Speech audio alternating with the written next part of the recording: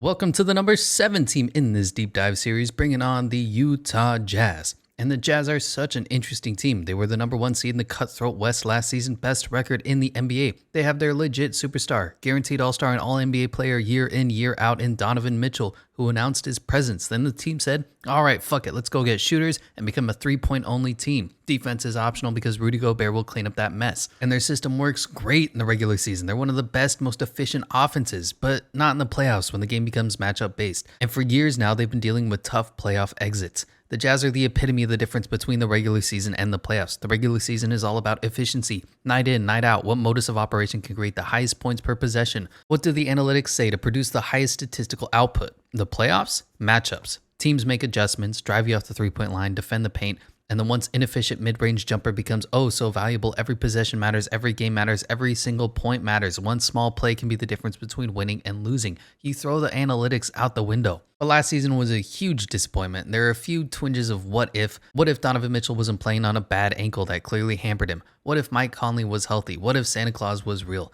But as for the Utah Jazz, they are going to be coming in at 7th, had the best record in the NBA last season, 52-20.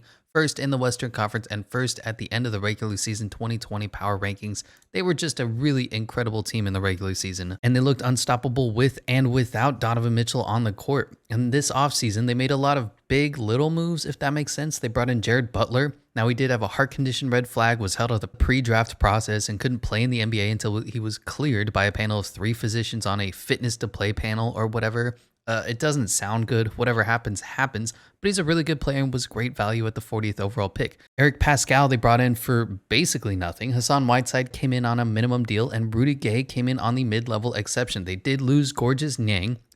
Good riddance because he was unplayable versus the Clippers because of his defensive liabilities and he just missed shots. Ersan Ilyasova is gone. He's a million years old, but he still can shoot the 3. And they got rid of Derek Favors, but they did have to give up a first to get rid of him. Also, the second time in 3 years that they've traded away Derek Favors. Kind of fucked up. I know he wasn't performing, but damn, to give up a first-round pick to get rid of him, get him off the team, feels a little excessive. It feels like one of those moves that good teams don't need to make. They send cash or they take in an expiring deal. I know the Utah Jazz are in win-now mode, but firsts are still fairly valuable even in the high 20s.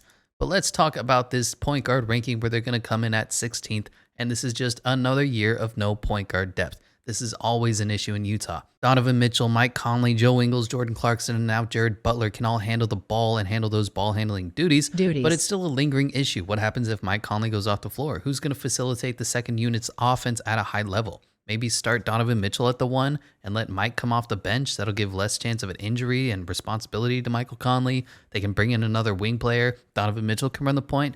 Just a thought experiment. But let's talk about Mike Conley, the 16th ranked point guard in this series. He re-signed at a nice deal around $22 million a year. He's always been one of those sneaky good, underrated point guards. Only Grizzlies fans and maybe those poor Spurs fans that the Grizzlies tormented can attest to how much of a pest and how good of a player Mike Conley is. Of course, you look at the 16th overall ranking, you say, what the hell? That's pretty low. And the large portion of going into this ranking is the durability factor. He's reliable to get hurt at some point in the season when you need him the most. Injuries have always been a concern for him later on in his career. Played 12 games in 2017, played 70 in 2018, then 47 in 2019, 51 last year, and missed the first 5 games of the Clippers series before coming back in Game 6. It was just awful, 5.6 turnovers. That said, I expect him to have another good season this year. He really settled into his lower usage rate responsibilities last year after he struggled with that in his first season in 2019. He had a career year last season, his best shooting year, and just a tick under his career high in assists, but if you look at his per 36 numbers, it was a career high. He can play primary ball handler for the Jazz. He can slide right into off-ball alongside Donovan Mitchell perfectly and spot up as a shooter. He has a 0.9 defensive plus-minus, which is pretty impressive for a 33-year-old 6'1" undersized guard. When Mike Conley's on the court, the Jazz outscored the opponent 16.7 points per 100 possessions. His defensive Raptor was +4 and had a 100.7 defensive rating. He has a great floater and mid-range game as well as an elite 41% from the three-point line. He finally earned his first ever All-Star selection, which is ridiculous. He should have been on an All-Star team a long time ago. And the one saving grace for him is that his game has never been based on his athletic talent, so he'll be able to play into his late 30s kind of like Chris Paul with no problem. Pending injuries, can Mike Conley stay healthy? Because we know he's going to perform well. We know he's going to be a great starting or backup point guard, whatever role he needs to be for the team. just can he stay healthy enough in the playoffs? Moving on to the point guard 2 role, and I just had to throw a dart. I'm thinking Jared Butler might pick up this role later on in the season. Quinn Snyder really doesn't like to play his younger guys, so we'll have to see. But Jared Butler has been very impressive in the preseason. He was a nice pickup. He was great value for the second round, of course. The only reason he fell that far was because of his age and because of his heart condition, especially because he was a first-team All-American, the Final Four Most Outstanding Player Award, and they won the national championship out there at Baylor. He was easily a late lottery pick or somewhere in the first round in the mid-20s. I had him 32nd on my big board and didn't see a single mock draft that had him falling past 29th. He has a really smooth game. He's more of a scorer, getting his own shot first than a true point guard facilitating guy, but the Jazz just need anybody in this backup point guard role. And I really hope Quinn Snyder broadens his imagination and plays a younger player like Jared Butler, gets him some minutes. Butler fills a huge need in this backup point guard role that this team is lacking. As for my blurb on Jared Butler, I think Jared Butler is getting a little overhyped, either because of the class isn't very strong or scouts overvalue the tournament. I said this before he fell to 30th. Many mocks had him going in like pick 13 or whatever. Butler can hit the 3 well with a slight step back move too. He has a nice free throw stroke that was shot consistently at a high 70% in his whole collegiate career. He has some dance and wiggle, is able to make some tough contested layups. He's an adequate passer. His defense leaves you wanting, and he doesn't really bend his knees while moving to sit in the chair because it's a lower priority. He lacks muscle, which will probably never come since he's had 3 years of college ball and is still a tall, wiry kid. He's not very fast and has trouble creating his own shot over athletic defenders. He's not very physically gifted, but does have great three-point range. He's a good facilitator and ball distributor and is probably my least favorite of the unathletic short scorers who don't play much defense. And I know that the blurb sounds a little bit more negative than you would think after I've been talking him up for a little while. It's just that compared to the other guys, Cam Thomas, Trey Mann, Jared Butler was a 3-year junior, much older than these other guys and not a lot better, but I really think that he's going to play great for the Utah Jazz if given a chance. Moving on to the point guard 3 position, and I didn't even have anybody here for the longest time. I decided to put in Trent Forrest even though he's on a 2-way contract, and he also had a nasty concussion on his fall last night. Hope for nothing but the best for him. He comes back in a couple weeks better than ever. He's been great in the summer league, was just really awful last season, 45% from the field, 19% from the three-point line. Yikes. But he's also another guy who has great backup point guard potential, especially for this needy team. He showed really good passing ability in the summer league, has good vision, sets his teammates up well, and he's even a good defender, 6'4" with a 6'7" wingspan. He's viable to guard other point guards. If he can just hit the 3 consistently, there's a spot on the lineup for him. Moving on to the wing positions, and you can flip Bogdanovich and Royce however you want. One plays the 4, one plays the 3. It's positionless NBA. But let's talk about Donovan Mitchell, the second coming of Dwayne Wade. Yeah, if Dwayne Wade could shoot, this dude has a chance to be better than Dwayne Wade. He is such a good slasher and finisher at the basket. He's an elite scorer, has the potential to lead the league in scoring, and he's starting to extend out his range, shooting 38.6% from the 3 last year. And when he isn't having an unreal 9 of 15 night, knocking down crazy step-back 3s, he still finds ways to help his team, either getting to the free throw line or setting up his teammates as well. He averaged 32 points per game in the playoffs, having huge games, 45 points, 37 points, 39 points in the final closeout game. And I don't know what else he can say about this guy when on their closeout game versus the Clippers, he gave you 39 points, 9 rebounds, 9 assists, 60% shooting from the 3. Clearly the issue in Utah is not Donovan Mitchell. And I don't know why people are calling Spider a star, but not a superstar. He hasn't proven himself that he can go and win a championship. Come on. I don't know why we're sleeping on Donovan Mitchell. He's a legit superstar. He's maybe the 12th best player in the game right now. Plus in the playoffs, the games that matter most, he gets even better. He elevates his game to a higher level. And you want to point to his playoff success, you're like, oh, he just had trouble. He's been struggling with that ankle all playoffs. The Jazz didn't try to fight with him for no reason when they rested him game 1 against the Grizzlies. He had ankle issues. He probably shouldn't have even come back for another week or 2, but the Grizzlies proved that they were going to be a tough matchup and the Jazz needed their superstar player. Apparently, compared to most NBA fans, I've got Donovan Mitchell much higher because he's been so impressive. I don't know how you can argue against him. Moving on to the small forward ranking where they're going to come in at 19th with Bojan Bogdanovic, the professional bucket getter. He actually had a down year compared to his first season with the Jazz. Points per game dipped a little bit. Still a solid stat line, 17 points, 4 rebounds, 2 assists. 39% from the three-point line, 59% true shooting. His issue is that he's starting to get up there in age. He is turning 32, and the questions are always going to be, will he be the defensive liability Bojan Bogdanovic or the above-average defender Bojan Bogdanovic? Because the problem with the entire Jazz lineup is that very few guys are able to defend the perimeter, and they rely so much on Rudy Gobert to clean up that mess. One guy who can defend the perimeter is Royce O'Neil, coming in at the 24th ranked power forward ranking. Again, you can flip power forward, small forward as much as you want.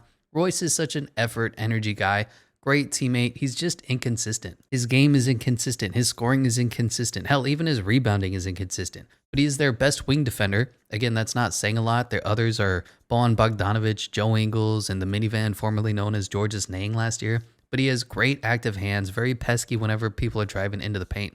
He just struggles if he's asked to do too much, like put the ball on the floor, pass to a teammate. Generally, you just want him to sit in the corner when he's on the floor and shoot the catch and shoot three. You'd like your fifth spot to be a little bit better of a defender, someone who can lock up the other team's best player, PJ Tucker, Dylan Brooks type. But Royce O'Neil is fine enough on a very flexible contract. This just is an upgradable position. Many teams like the Jazz need an elite wing player or are still searching for one. Moving on to the center position where they're going to come in at fourth, Rudy Gobert.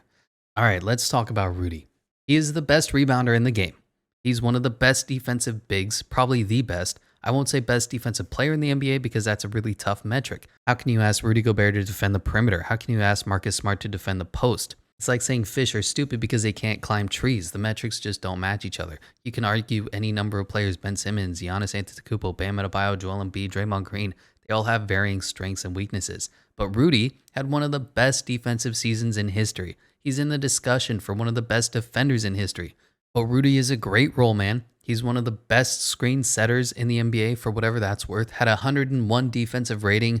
Opponents shot 56.8% on 17.1 shots at the rim versus Gobert. Second best in the NBA to Miles Turner. And Rudy saves so many otherwise ugly possessions with his ability to completely erase layups and people drive into the paint. Even if the players don't shoot, his presence alone is enough to impact a shot and make somebody miss. But Rudy did get exposed trying to guard the perimeter. If he gets stuck in the corner with a 5-out offense, the team's entire defense is paltry. They're able to blow by almost any player. Rudy won't be able to save Joe Ingles when he's schooled in an ISO if he's out on the perimeter.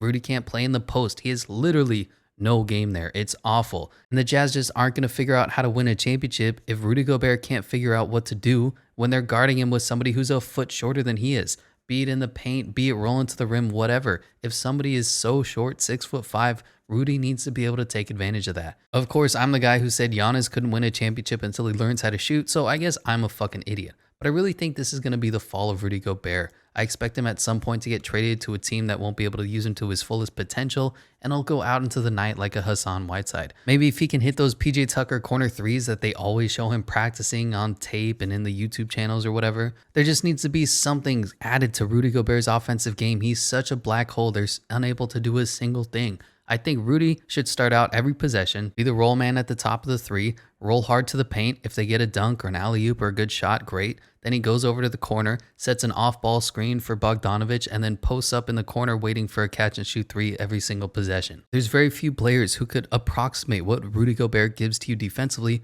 but then offensively is such a liability. Let's move on to the backup center position where they have Hassan Whiteside, brought him in on the veterans minimum. Now his career plummeted after he left the Heat. He's a great backup for the Jazz if you ignore the fact that his shortcomings are the exact same as Rudy Gobert's. He can rebound with the best of them. He's just been struggling with injuries and his defense will come and go. He had a subpar 111 defensive rating last season, and he can frequently be a lazy defender. The major question is, will Whiteside be a good defender who makes the right rotations and contests, or will he be somebody who seeks out blocks only and negatively impacts the team on defense? Of course, also, he doesn't stretch out the offense at all. Is Quinn Snyder going to figure out a way to get 5 players on the court who can shoot the three and open up the floor? Moving on to their final center position, Udoka Azubuike, another one of those undersized centers in last year's draft. He's a little bit taller, 6'10", but he really struggled to get his foot in the door. Quinn Snyder hates playing anyone other than his 9-man rotation. He's just a very stubborn coach. So Udoka didn't get a lot of experience last season, hence his 1 points per game, 0.9 rebounds, 0 assists, and 10.3 PER. He's just also not very good on offense. Right now, all he can do is dunk and catch alley-oops, and he has really heavy feet, but he has been dealing with healing up from an ankle injury from the G League bubble. That's been holding back his play a little bit. Maybe he'll see some time if Hassan or Rudy go down for any extended stretches, and he's one of those players you really hope does get some minutes. He's a great athlete, and he has incredible nickname potential. Udoka Azubuike, I mean, come on.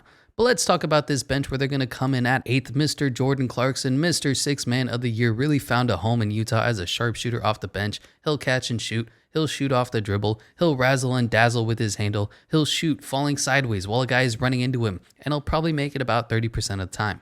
But he's actually a surprisingly bad three-point shooter at 34% last year, especially in the second half of the season, and he had a really bad series against the Clippers. The issue with Jordan Clarkson is he has the worst shot selection in the NBA, but he has an unlimited green light to shoot, and he can really bring an energy and a spark to your offense if they're struggling. He's just so streaky, not even game to game, but minute to minute. He'll shoot 6 in a row and razzle dazzle, and then he'll go 0 for 10. Part of that makes him the most fun player to watch in the game, though. Style points, he's up there with Kyrie and Steph, and maybe Luka Doncic when he's on the court. He's just exciting. But let's talk about Joe Ingles. Joe, don't bump into me, Ingles, who was great for the Jazz. Runs the primary ball handler for the second unit because the team hasn't had a backup point guard in years. He's starting to get up there in age. He's going to be 34 this year. He struggles defensively, struggles with on-ball pressure, but he's one of those jack-of-all-trades players. He's able to give you a little bit of everything. Shooting, 45% from the 3. Assists, 4.7 a game. Rebounds, 3.6 a game. Defensively, he'll tear up Kawhi Leonard's knees. Just an ultimate jack-of-all-trades, master of none. One of those players who gets by on his creativity because of his lack of athletics, and he's going into a contract year this season. So if the Jazz don't impress, if they don't make it to at least the conference finals, Joe Ingles is likely to be the first guy on his way out. He was 5th in three-point percentage last year, so you're hoping that his three-point attempts go up from about 6 to maybe 8 or 9 this season. And the addition of other ball handlers on the team can reduce his role that he's good but not great at. They brought in Rudy Gay, who was a really good pickup, but then he underwent offseason surgery on the heel of his foot, so that's a yikes. He's going to be out for a large part of the season. Glass half full, though, this could preserve him for the playoffs. He is getting up there in age as well. Now, I'm just not sure what he's going to be for this team because he is 35. Is he going to be a Udonis Haslem assistant coach and player mentor? Or is he going to be a legit stretch 4, maybe small ball 5 for the second unit? After being an athletic freak in Memphis and then bouncing around the league trying to find a home for his talents but lack of polish, he went to San Antonio and grew old. But he became a much more efficient player, an above average three-point shooter, 38%, and was a high-value starter slash backup slash whatever Greg Popovich asked him to do. Spurs fans are definitely going to miss him because they were going young and rebuilding, and Rudy Gay is able to fill so many needs. He can play 3, 4, or 5 depending on the matchups. He did shoot well from the 3, which is something that is lacking on this team from their bigs. He's just not quite the same defender as he was in his prime. Again, he is getting up there in age. Someone who is a young player they brought in is Eric Pascal, who is essentially given away by the Warriors because they have too much talent. What do you do with that? I would have tried for a first if I was trading him, but their positions are so full. At center, they have James Wiseman and Kevon Looney. At power forward, they have Andrew Wiggins occasionally, Otto Porter Jr., Draymond Green, Jonathan Kuminga, Neiman Bjelica. They just had too many players, and Eric Pascal was friends with Spider Mitchell. There's probably some sneaky handshake under the table agreement being made here. But that said, Eric Pascal struggled last year with injury. He did slightly regress in his stats, but he's one of those undersized stretch 4 or 5 players. He plays really nice bully ball, 6'6", 265 pounds, and has a pretty decent handle when he drives aggressively. He can jack up threes with the best of them, though he doesn't convert at a very good rate yet. I'd like to see him be in a small ball 5-out lineup when Rudy Gobert goes to the bench, though. It was a really small sample size, but the team looks good with him at the 5 with that second unit. When they were running Joe Ingles, Jordan Clarkson, and Eric Pascal at the 5 with whoever else was there, Donovan Mitchell or Royce O'Neil, they played really well. His ability to open up the floor helped the offense be even better at driving and, three-point shooting, which this team led the league in last season. Also here is Elijah Hughes, last year's second-round pick. He really struggled to find a spot and then hurt his ankle last season, and we just didn't get a good look at him because, again, Quinn Snyder hates playing his younger guys. He did play well in the Summer League, who hasn't, but he's right now an inexpensive 3-and-D potential kind of guy. He has some shot creation ability, but played zone defense in college, so we don't know if he's a good defender yet, and we just haven't seen the on-court reps. He has the physical frame to be a defender, so in theory, he's a good 3-and-D guy, but he only shot 34% from the three-point line, 33% from the field last year, didn't play man defense in college, and hasn't had enough time to really show his talents. He's also a really ugly passer, and you don't want the ball in his hand too much other than when he's shooting the 3. Moving on to the final 2 roster spots. Basically, there's 2 roster spots up for grabs among 5 players.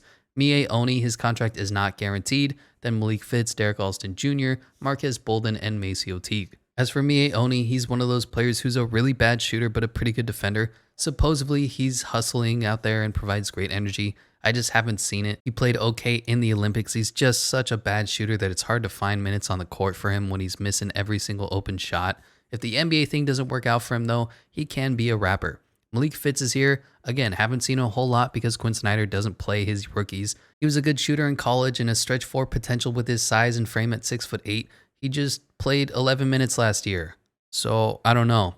Derek Alston Jr., also 3-and-D potential, also doesn't get a lot of minutes. Lastly, Maceo Teague, who was a nice scorer at Baylor, part of their 3-guard death lineup. He's just already 24 years old. I had an undrafted grade on him because he's not very athletic, doesn't play defense very well, and he's just an offensive scoring first kind of guard. He's undersized and underweight to be a 2-guard, which is his natural position. My blurb on him is Maceo, despite the cool name, is the consummate college player. At 24, he is near his peak of professional ball and played at a slightly above average NCAA level. His shot has a weird hitch that's most prominent during his free throw routine, but he shot the 3 well for his entire collegiate career. He has a nice mid-range shot and some finishing creativity and floater ability. His handle is average at best. He's just not very agile, not very fast, not very vertically gifted. But Baylor coached up their team defense well, and Maceo Teague absorbed the concepts well enough that he wasn't a liability on defense. He's not an elite scorer, not athletic, not a good defender, and near his peak, so unfortunately I had an undraftable grade on him.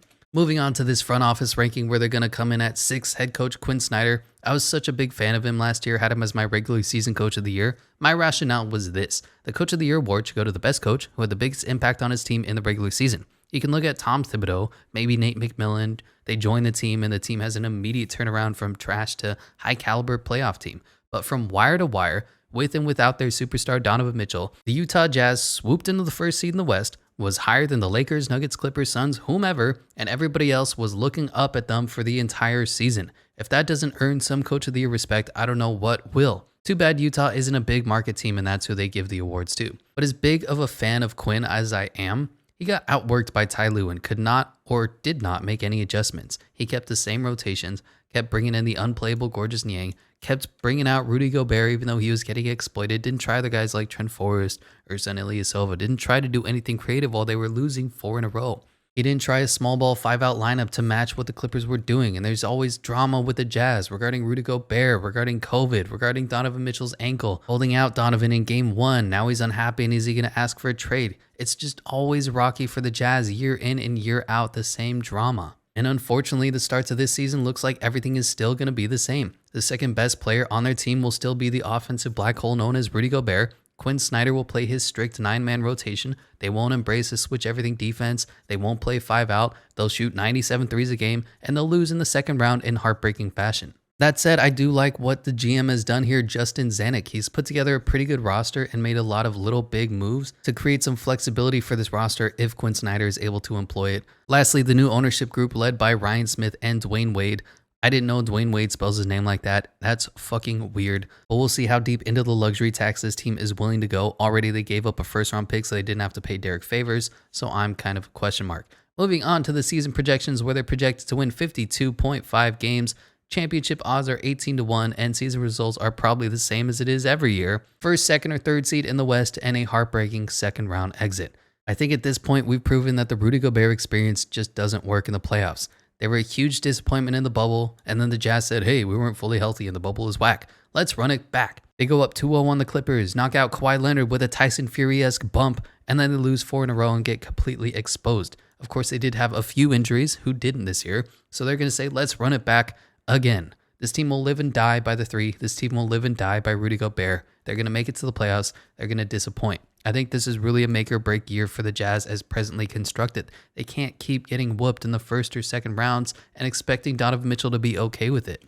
Something just needs to change for this team to go over the top. Rudy can't punish his smaller guys or can't shoot the ball at all. Joe Ingles and Bojan Bogdanovic still can't defend the perimeter, and they're still getting another year older. Donovan Mitchell and Mike Conley are an undersized pair in the backcourt. And while they do have good depth, Jordan Clarkson, Joe Ingles, Eric Pascal, who are all low-caliber starting players that could be a 4th or 5th option on a championship team, the main issues of the Utah Jazz are still around, which is why they're coming in a little lower at 7th despite their great record. But that's going to do it for the Utah Jazz. Let me know what you think, what you agree with, what you disagree with, and I'll catch you in the next one where we unveil the number 6 team.